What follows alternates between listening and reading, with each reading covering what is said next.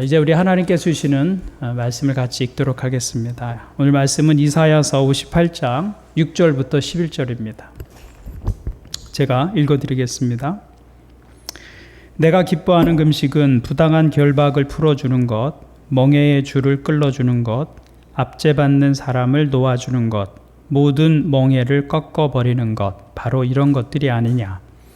또한 굶주린 사람에게 너의 먹거리를 나누어 주는 것, 떠도는 불쌍한 사람을 집에 맞아들이는 것이 아니겠느냐. 헐벗은 사람을 보았을 때에 그에게 옷을 입혀주는 것, 너의 고륙을 피하여 숨지 않는 것이 아니겠느냐.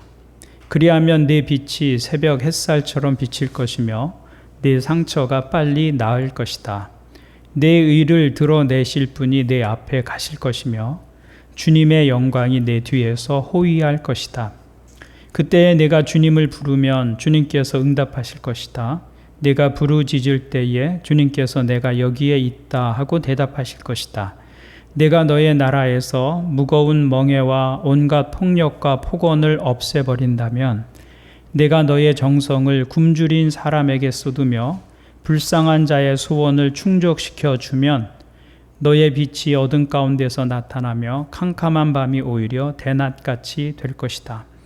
주님께서 너를 늘 인도하시고 메마른 곳에서도 너의 영혼을 충족시켜 주시며 너의 뼈마디에 원기를 주실 것이다. 너는 마치 물된 동산처럼 되고 물이 끊어지지 않는 샘처럼 될 것이다. 아멘. 오늘 본문 6절을 보면 이렇게 시작하고 있죠.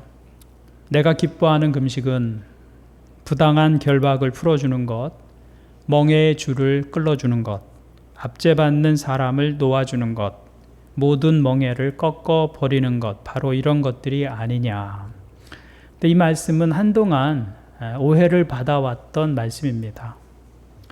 예전에 한 대형교회에서 운영하는 금식 기도원이 있었는데 그 기도원의 본당에 큰 현수막으로 이 성구가 주제 성구로 붙어 있었습니다. 그때는 개역 성경으로 붙어 있었는데 이렇게 기록되어 있었어요. 내가 기뻐하는 금식은 흉악의 결박을 풀어주며 멍에의 줄을 끌어주며 압제당하는 자를 자유하게 하며 모든 멍에를 꺾는 것이 아니겠느냐. 이 말씀을 문맥과 상관이 없이 이 구절만 가지고 읽으면 금식 기도가 이렇게 능력 있는 기도라고 말씀하시는 것 같습니다. 하나님이 기뻐하시는 금식을 하면 우리 삶의 모든 결박이 풀어지고 멍에와 압제로부터 자유케 되는 결과를 얻게 될 것이다. 그렇게 약속하시는 것 같아요. 그래서 많은 사람들이 이 말씀을 붙들고 기도했어요. 금식하면서 흉악의 결박을 풀어달라고, 내 삶의 장애를 제거해달라고 그렇게 기도했던 많은 사람들이 있었습니다. 그런데 이 구절을 이렇게 이해하면 그것은 큰 오해입니다. 원래의 의미와는 전혀 다른 의미가 되고 마는 거예요. 이 구절을 1절부터 그 맥락을 따라서 읽어보면 그 의미가 확연하게 드러나는데요. 이런 뉘앙스입니다. 내가 기뻐하는 것이 밥 굶는 것인 줄 아느냐? 나는 너희가 밥 굶는 것을 원치 않는다. 내가 언제 너희더러 밥을 굶으라고 하더냐? 그런데 너희는 스스로 밥을 굶으면서 내 앞에서 온갖 나쁜 짓은 다 하는구나. 그것이 어찌 내가 기뻐하는 금식이라고 할 수 있겠느냐? 그렇게 말씀하시는 거예요. 1절부터. 그러면서 하시는 말씀이 내가 정말 기뻐하는 금식은 밥을 굶는 것이 아니다. 너희 가운데 압제당하는 사람이 있으면 자유케 해주는 것이다. 멍에를 메고 있는 사람이 있으면 그 멍에를 끌어주는 것이다. 나그네가 있으면 대접하는 것이고 가난한 자가 있으면 내 양식을 나누어 주는 삶을 사는 것이다. 그것이 정말로 내가 기뻐하는 금식이다. 이렇게 말씀하는 겁니다. 완전히 다른 의미예요. 근데 우리는 금식 기도의 능력을 믿으면서 그렇게 기도했던 때가 있었어요.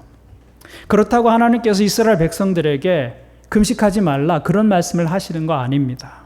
오히려 신앙생활에서 기도와 금식은 우리 경건을 위해서 아주 좋은 영적 행위입니다.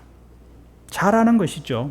하지만 이스라엘 백성들에게 기도와 금식은 하나님에 대한 전적인 헌신의 의미가 아니라 일종의 거래였어요. 자신들이 금식을 하면 하나님께서도 자기들에게 어느 정도 성의를 보여주셔야 한다, 이렇게 생각한 것입니다. 내가 금식까지 했는데 하나님이 아무것도 안 하시면 안 되지, 이런 생각인 거예요. 내가 금식을 하고 하나님 앞에 나가는데 하나님이 최소한 성의는 보여주셔야지. 금식마저도 자신들의 요구를 들어달라고 하는데 효과적인 도구로 사용하려고 했던 것이죠. 이스라엘은 경건의 수단인 기도와 금식마저도 자신들의 욕망을 채우는 도구로 사용하려고 했다는 것입니다. 그래서 기도와 금식이 있었지만 이스라엘은 더 탐욕적이 되었습니다. 하나님 앞에서 드리는 예배가 있었지만 더 폭력적이 되고 더 강포한 사회가 되었다는 것이죠. 오늘날 표현으로 빌리면 교회가 늘어나는데 사회는 더 악해지더라, 그런 이야기입니다. 이건 모순이죠, 모순. 그런데 그런 모순이 이스라엘 사회의 일상이 되었다, 그 말입니다. 일상이 되었다. 금식은 자기를 부인하는 행위입니다. 식음을 전폐하고 하나님 앞에 나아가는 것은 나는 먹을 자격조차 없는 존재입니다, 그런 인정이죠. 오로지 하나님의 은혜에 기대기 위해서 먹는 것도 금하면서 자기를 부인하는 행위, 그것이 금식입니다. 그런데 그렇게 금식하는 사람들의 일상을 보니까 나는 먹을 의미조차 가치조차 없는 존재입니다, 그러면서 자기를 부인한다고 하는 금식을 하면서도 더욱 탐욕스러워지는 것입니다. 금식하면서 더욱 탐욕스러워지는 것.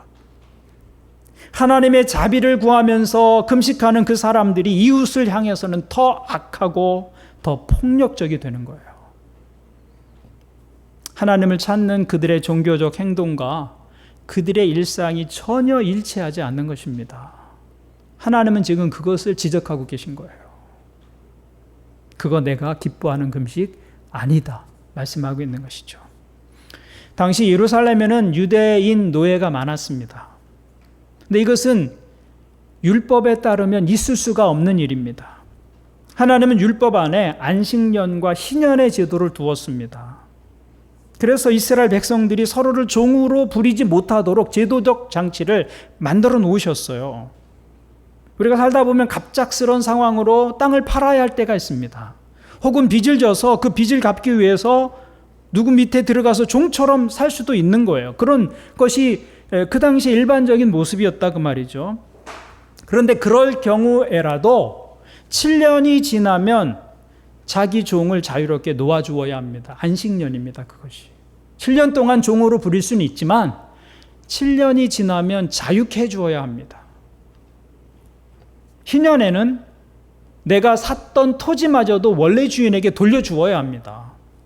그래서 누구든 일정한 시간이 지나면 다시 시작할 수 있는 그런 기회를 이스라엘 공동체 안에 제도적으로 마련해 주신 것이죠. 그것이 하나님이 기대하셨던 이스라엘 백성들의 공동체의 모습이었어요. 뒤처진 사람도 일정한 시간이 지나면 다시 똑같은 출발 라인에 서서 그 삶을 다시 시작할 수 있는 것. 놀라운 제도인 것이죠. 오늘날도 생각할 수 없는. 그런데 이스라엘 사회 안에 이런 제도들이 무너지기 시작했습니다. 종을 부리던 사람들은 안식년이 되어도 율법에 따라서 그 종을 자유롭게 해주지 않고 계속 노예로 붙들고 있는 거예요.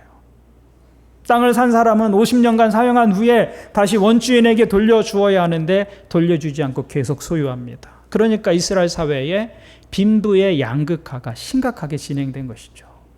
회복될 수 없는 지경으로. 하나님이 의도하신 이스라엘 사회는 이런 모습이다라고 지난주에 말씀을 드렸어요. 사진으로 제가 그림으로 하나 보여드렸잖아요. 평등한 사회를 넘어서 공정한 사회로 가는 것. 평등한 것은 모두가 하나씩 갖는 것이죠. 이런 사회를 만들어가는 것도 쉽지 않아요. 그런데 하나님이 이런 평등한 사회를 넘어서 오른쪽 그림과 같은 공정한 사회가 되는 것. 그것이 하나님이 기대하셨던 이스라엘의 모습이었다는 것입니다. 그런데 현실은 어떠했습니까? 현실은 더 악화된 것이죠. 이런 모습이었어요. 두 번째 그림을 보면 마지막 그림이 리얼리티였다라는 것이죠. 공평하게 하나씩 간 것도 아니고 공정하게 약한 사람에게 더 주는 것도 아니고 현실은 어쩌했느냐? 힘 있는 사람이 더 많이 가지고 힘 없는 사람은 있는 것도 없어지게 되는. 문제는 이런 일을 자행하는 사람들이 하나님을 모르는 사람들이었느냐? 그렇지 않았다는 것입니다. 그들은 금식하는 사람들이었어요. 종교적인 일에 열심히 있는 사람들이었다. 그 말입니다.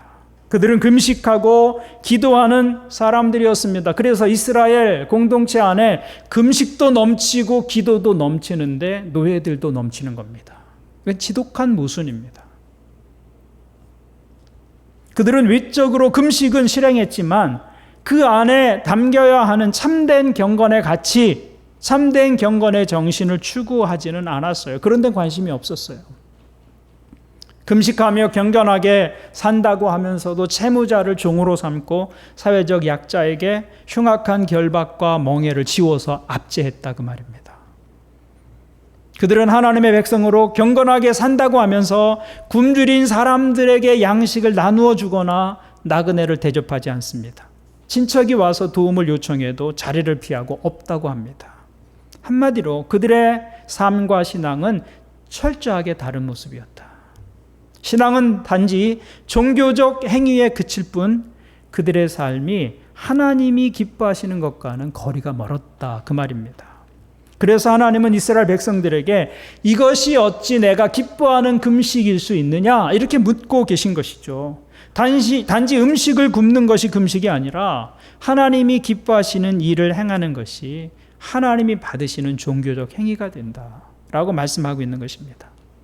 금식하면서 자기의 욕심대로 사는 것과 먹을 것을 다 먹으면서 하나님의 뜻대로 사는 것, 어느 것이 진정한 믿음일까요? 당연히 하나님의 뜻대로 사는 것입니다. 먹든지 안 먹든지 그거와 상관없이 하나님의 뜻대로 사는 것, 그것이 진정한 믿음인 것이죠. 그러니까 진정한 영적 생활은 종교적 행위가 있느냐 없느냐에 달린 것이 아니라 그 종교적 행위가 어떤 삶으로 이어지고 있느냐에 달린 거예요. 하나님께서 유다 백성들에게 기대하신 것은 단순히 종교 행위로서의 금식과 기도가 아니라 사고방식과 가치관과 삶의 방식의 변화였다는 것이죠. 그래서 돈과 욕심과 세상에 뿌리 내려 삶을 살았던 그 사람이 하나님께 뿌리 내리는 삶을 살아가는 것. 그것이 진정한 영적 생활의 모습이고 믿음의 모습이었다라는 것입니다. 신앙이란 하나님께 뿌리 내린 삶을 사는 것입니다. 하나님이 기뻐하시는 것이 나의 삶의 방식이 되는 거예요. 하나님께 뿌리 내린 삶이에요. 그래서 이전에는 잘 모르고 이웃을 노예로 붙잡고 있었다 할지라도 하나님을 제대로 알고 나서 그것이 잘못된 것인 것을 알게 되었다면 하나님이 말씀하시는 대로 행하고 실천하는 것입니다. 비록 지금 여기에서 그렇게 행하는 것이 손해를 보는 일이라고 할지라도 하나님이 기뻐하시는 모습으로 행동하는 것이죠. 그것이 하나님께 뿌리 내린 삶이다라는 것입니다. 그것을 위해서 금식하는 거예요, 사실은. 내 욕심을 좀 제어하고 탐욕이 이끄는 삶을 살지 않기 위해서 금식하는 것이죠. 근데 그들은 전혀 다른 목적으로 종교적 행위를 하고 있었다는 것입니다. 그러니까 하나님이 기뻐하시는 금식, 하나님이 기뻐하시는 신앙 생활의 모습은 하나님의 마음을 알고 하나님의 뜻대로 살아가는 것이다. 예배나 금식이나 기도나 어떤 종교 행위도 그것 자체의 의미가 있다기보다는 그것을 통해서 하나님의 뜻을 얼마나 더 잘 알게 되었느냐, 그리고 그 뜻을 얼마나 잘 더 순종하게 되었느냐, 바로 거기에 우리의 종교적 행위의 의미가 있는 것이죠. 그런 의미에서 순종이 제사보다 낫다고 말씀하시는 것입니다. 그러므로 하나님은 우리의 예배보다는 예배 후의 삶에 관심이 많으십니다. 우리가 예배했는데 그 예배 후에 어떻게 살 것인가? 하나님이 주목해서 보시는 것이죠. 우리의 기도보다는 기도 후의 행동을 더 관심을 가지고 보신다는 것입니다. 금식 그 자체보다는 금식 후에 순종의 삶을 보시는 것이죠. 거기에 나의 진정성이 있기 때문입니다. 특별히 이사야 선지자가 강조하는 것은 신앙의 공공성입니다. 신앙의 공공성. 우리는 신앙을 개인적인 일이라고 생각합니다. 물론 신앙은 개인적인 것이죠. 하나님과의 개인적인 관계예요. 그런데 그 신앙이 개인화되고 사유화될 때 나타나는 병폐는 종교적 행위마저도 자신의 탐욕을 이루는 도구가 될 수 있다라는 것이죠. 그것이 위험한 것이죠. 그래서 기도를 많이 하는 사람이 더 탐욕적이 됩니다. 종교적 행위에 열심히 있는 사람이 더 공격적이고 독선적이 됩니다. 그것이 신앙을 사유화할 때 일어나는 현상이다라는 것입니다. 그래서 이사야 선지자는 하나님이 기뻐하시는 금식은 굶주린 사람에게 너의 먹거리를 나누어 주는 것이다, 이렇게 말씀하고 있는 거예요. 이것은 신앙의 공공성을 말하고 있는 것이죠. 신앙이 나 자신에게만 해당되는 것이 아니라 이웃과의 관계, 함께 살아가는 사회 속에 신앙이 자리해야 한다라고 말씀하고 있는 것입니다.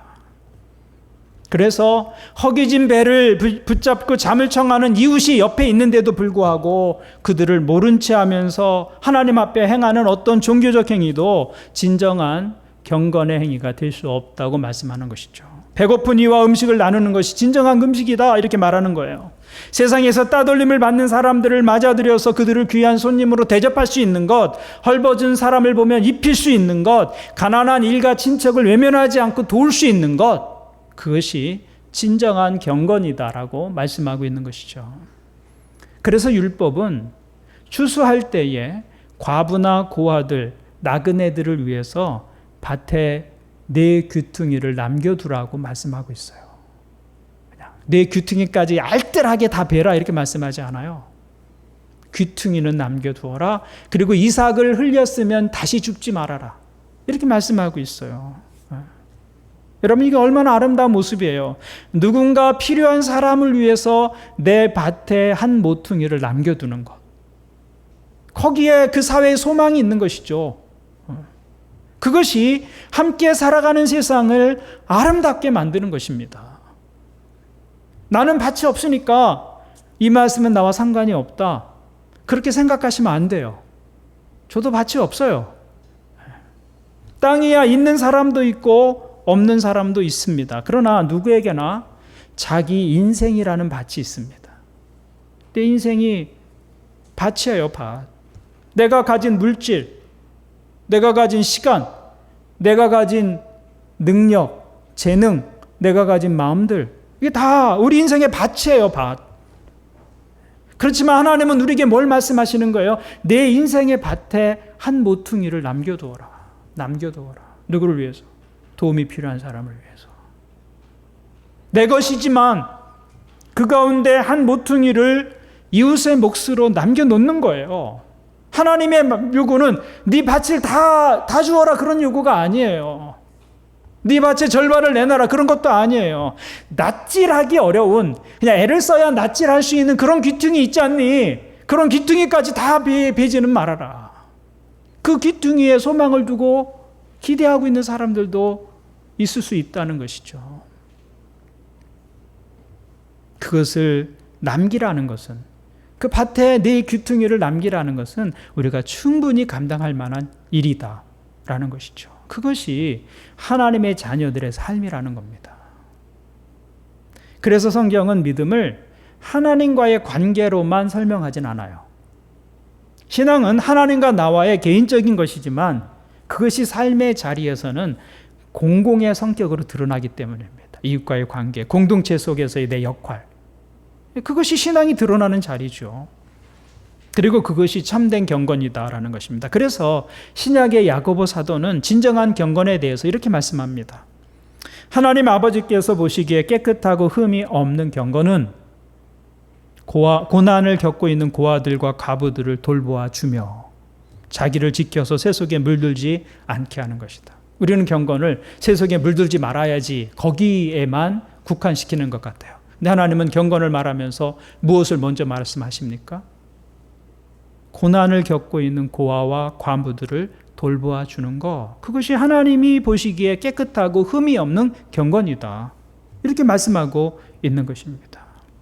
그러니까 야고보 사도는 하나님 앞에서의 깨끗한 경건, 흠이 없는 경건은 다른 것이 아니라 이웃에 대한 사랑의 실천이다 라고 말씀하고 있는 것이죠. 신앙은 수직적인 면과 수평적인 면이 있다는 것, 우리가 다 알고 있는 이야기입니다. 수직적인 하나님과의 관계, 그것이 신앙의 시작이죠. 그러나 그것은 반드시 수평적인 이웃의 관계로 연결이 됩니다. 이 둘은 별개의 것이 아닙니다. 그것이 분리될 수 없는 하나입니다. 그렇기 때문에 이 둘이 하나 될 때 그 신앙이 진짜 신앙이고 참된 경건이 된다라는 말씀입니다. 여러분, 여기에 그리스도인의 삶의 정체성이 있습니다. 그리스도인의 신앙은 자신과 하나님과의 관계 안에만 머무는 것이 아니라 자기를 넘어서는 삶을 사는 것이죠.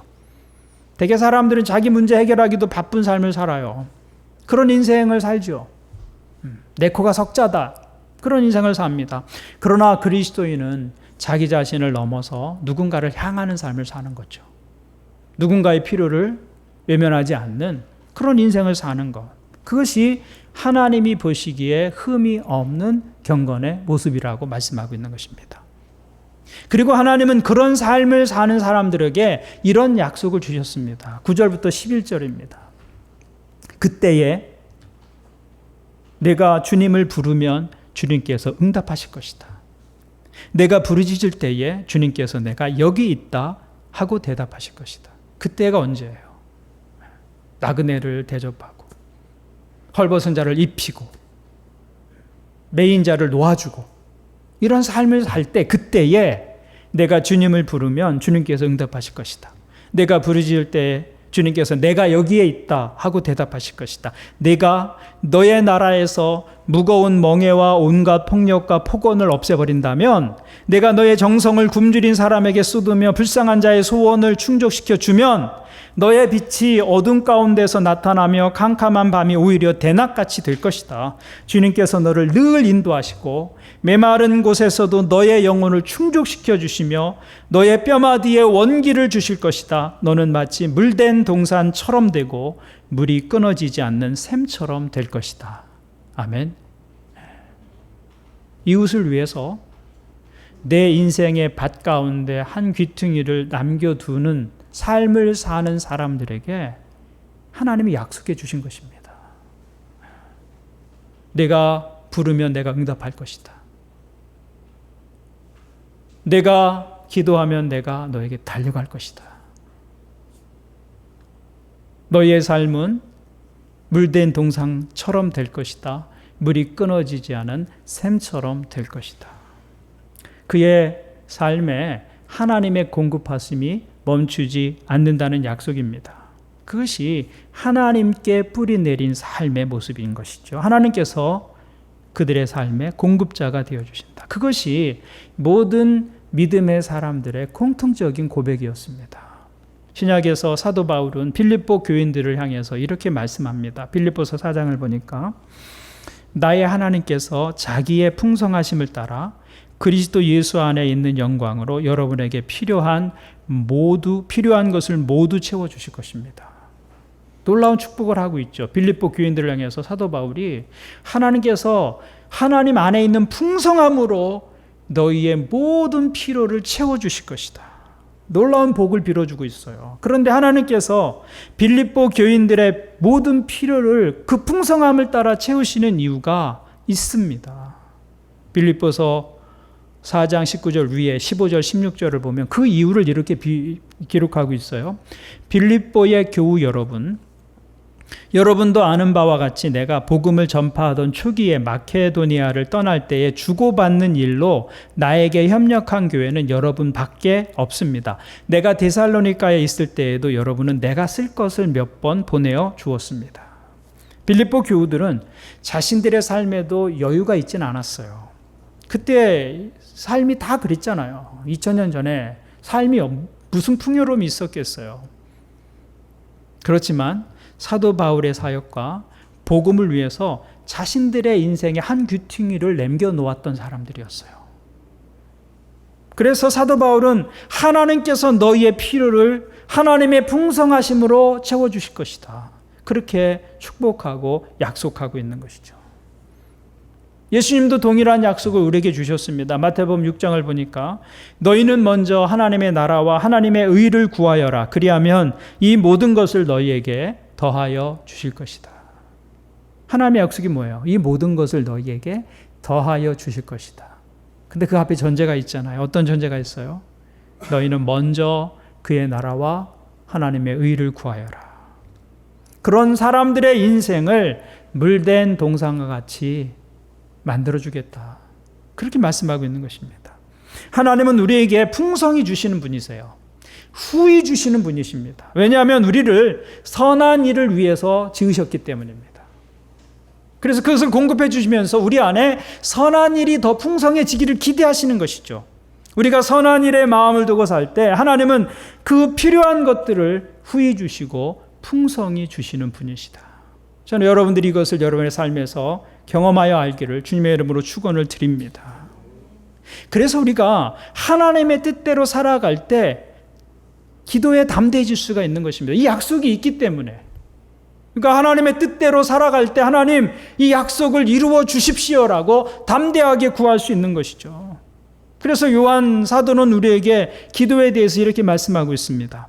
우리가 하나님에 대하여 가지는 담대함은 이것이니 곧 무엇이든지 우리가 하나님의 뜻을 따라 구하면 하나님은 우리의 청을 들어주신다는 것입니다. 이게 기도의 담대함이에요. 이사야 선지자도 하나님의 뜻대로 살아가는 사람들에게 오늘 말씀에서 무엇을 약속합니까? 그때에 내가 주님을 부르면 주님께서 응답하실 것이다. 내가 부르짖을 때에 주님께서 내가 여기에 있다 하고 대답하실 것이다. 그래서 기도는 태도보다 자리가 중요합니다. 기도에 있어서 정말 중요한 것은 태도보다 자리입니다. 우리는 기도에 대해서 말할 때 기도의 태도를 먼저 생각하고 기도의 태도에 대해서 먼저 말합니다. 간절하게 기도해봐. 열심으로 기도해봐. 포기하지 않고 뜨겁게 기도해봐. 우리는 기도의 태도를 먼저 말하죠. 그런데 얼마나 간절히 열심히 뜨겁게 기도하느냐라는 것보다 먼저 고려해야 할 것이 있어요. 그것은 기도하는 사람들의 삶의 자리입니다. 그 기도하는 사람의 삶의 자리가 하나님의 뜻에 순종하는 자리에 서 있느냐라는 거예요. 그래서 태도보다 자리가 중요하다고 말할 수 있는 것이죠. 기도의 양도 중요합니다. 얼마나 많은 기도, 얼마나 오래 기도하느냐 중요하죠. 또 간절히 기도하는 기도의 태도 중요합니다. 그러나 그 모든 것들은 무엇 위에 세워져야 하느냐? 순종하는 자리 위에 세워져야 한다, 그 말입니다. 그래야 의미가 있는 것이죠. 만약 우리가 하나님의 뜻과 상관없이 기도한다면 기도할수록 문제가 될 것입니다. 순종의 자리에 서지 않고 하나님의 뜻과 상관없이 기도한다면 그 기도가 간절하면 간절할수록, 그 기도가 뜨거우면 뜨거울수록 그 사람의 삶은 하나님의 뜻에서 더 멀어지게 될 것입니다. 기도로 하나님께 더 가까이 나가는 것이 아니라 오히려 기도로 하나님께로부터 점점 멀어지게 되는 것이죠. 그러므로 기도하는 사람에게 중요한 것은 태도보다 자리다라는 것이죠. 태도보다 자리다. 이스라엘 백성들이 금식하며 기도했어요. 기도의 태도는 나무랄 데가 없었습니다. 그들의 기도는 정말 진정성이 담긴 기도였어요. 간절함이 있었다고요. 열정적으로 기도했고 정말 사모하면서 기도했습니다. 하나님 아니면 안 된다고 매달리면서 기도했어요. 그러나 그 기도는 하나님의 뜻을 행하는 자리에서의 기도가 아니라 자신들의 탐욕을 추구하는 자리에서의 기도였다는 것이죠. 그래서 기도하면 기도할수록 더 탐욕적이 되는 것입니다. 기도에 열심이면 열심일수록 더 공격적이 되고 더 자기중심적이 될 수밖에 없었던 것이죠. 기도하면서 하나님께로부터 점점 멀어지는 것입니다. 그래서 여러분 기억해야 하는 것은 기도의 태도보다 기도의 자리가 중요하다. 하나님은 우리가 하나님의 뜻을 행하는 자리에서 기도하는 삶을 살 때 우리의 삶을 물된 동산처럼 만들어 주십니다. 물이 끊어지지 않는 샘물과 같이 되게 해주실 것입니다. 이게 하나님의 약속입니다. 하나님이 기뻐하시는 삶을 살아가면 당장의 손해 같아 보여도 하나님께서 절대로 손해보지 않게 해주실 것이며 부족함이 없는, 부족한 것 이상으로 채워주실 것이다. 그런 약속을 오늘 우리에게 주고 있는 것이죠. 그렇게 기도하는 사람들의 삶에 하나님의 공급하심이 멈추지 않는다. 그것이 하나님께 뿌리내린 삶의 모습이다라는 것입니다. 예배하는 여러분 모두 참된 경건의 사람들이 되시기를 바랍니다. 여러분의 경건의 행위와 여러분의 일상의 삶이 일치해야 해요. 자리가 중요해요. 순종하는 자리. 거기서 드린 기도는 하나님 응답할 수밖에 없다고 말이죠. 그런 사람들을 하나님께서 물된 동산과 같이, 물이 끊어지지 않는 샘물과 같이 그렇게 만들어 주실 것이다. 이 약속이 오늘 여러분의 참된 경건의 삶 속에서 이루어지고 경험되어지는 축복이 있기를 주님의 이름으로 축원을 드립니다. 아멘. 말씀을 가지고 함께 기도하겠습니다.